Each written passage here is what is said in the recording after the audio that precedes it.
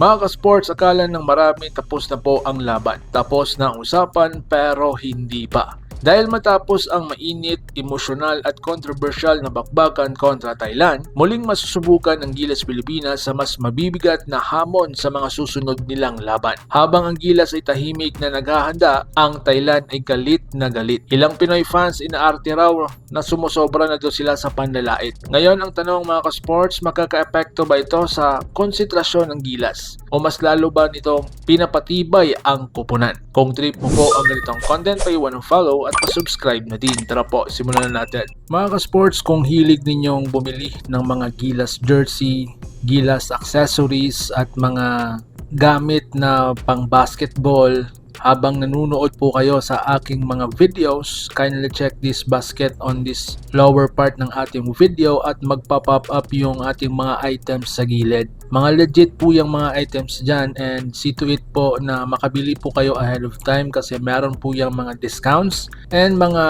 promos depende po sa seller. And also, kunting suporta din as a content creator po. Salamat!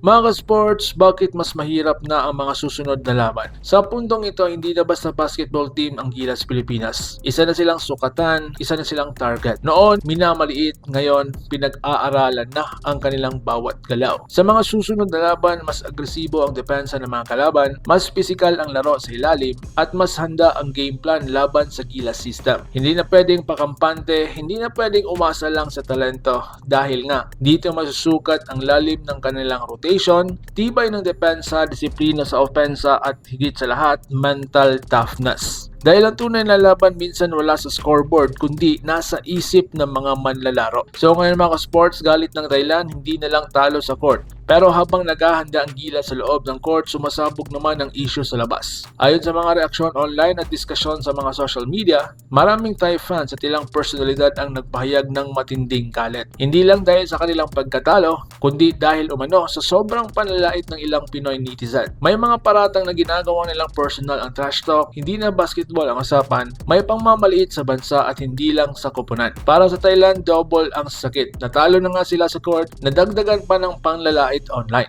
Dito lalong uminit ang tensyon. Mula rivalry sa basketball, naging emotional at pambansang usapin. So ngayon mga sports, posibleng epekto nito sa Gilas. Ngayon linawin natin. Hindi kasalanan ng Gilas ang asal ng ilang fans. Pero sa international basketball, lahat ng ingay ay may epekto. Ang mga possible na mangyari mga sports, mas tutok na tutok ang mga kalaban laban sa Gilas. Mas mahigpit ang mga referees, mas physical ang depensa sa mga pangunahing players, at mas emotional ang atmosphere ng mga susunod na laro. Sa madaling salita, mas magiging hostile ang environment para sa Gilas. Pero kung babalikan natin ang kasaysayan, ang Gilas Pilipinas, lalo lang lumalakas kapag ginigiitan, kapag minamaliit, kapag pinagdududahan at syempre binabatikos, mas nagiging disiplinado, mas nagiging matatag at mas nagiging magkakampi. Kaya mga sports, mga mensahe natin sa mga Pinoy fans. Dito rin mahalagang huminto sandali at magmuni-muni bilang fans. Oo, masarap ang panalo. Oo, emotional ang basketball, and oo, may rivalry. Pero tandaan nyo mga ka-sports, ang Gilas ay naglalaro para sa bandila.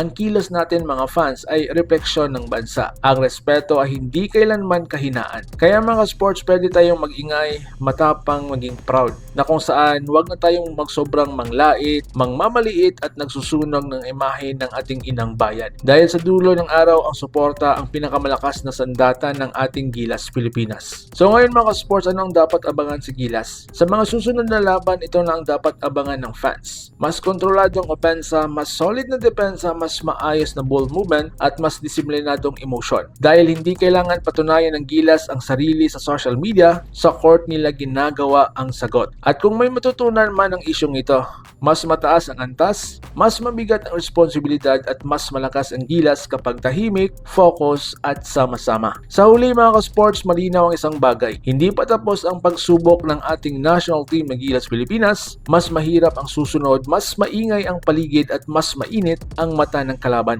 Pero kung may kupon ng sanay sa pressure, iyan ay ang Gilas Pilipinas. Tahimik, matatag, handang lumaban. Ngayon mga ka-sports, ikaw ang tatanungin ko. Sumusobra na ba talaga ang ilang Pinoy fans o normal lang ito sa matinding basketball rivalry? Comment down ang opinion mo at babasahin ko yan. Like kung solid ka sa Gilas at subscribe para sa araw-araw na Gilas Pilipinas updates. Laban Pilipinas puso. So paano? Ingat po kayo.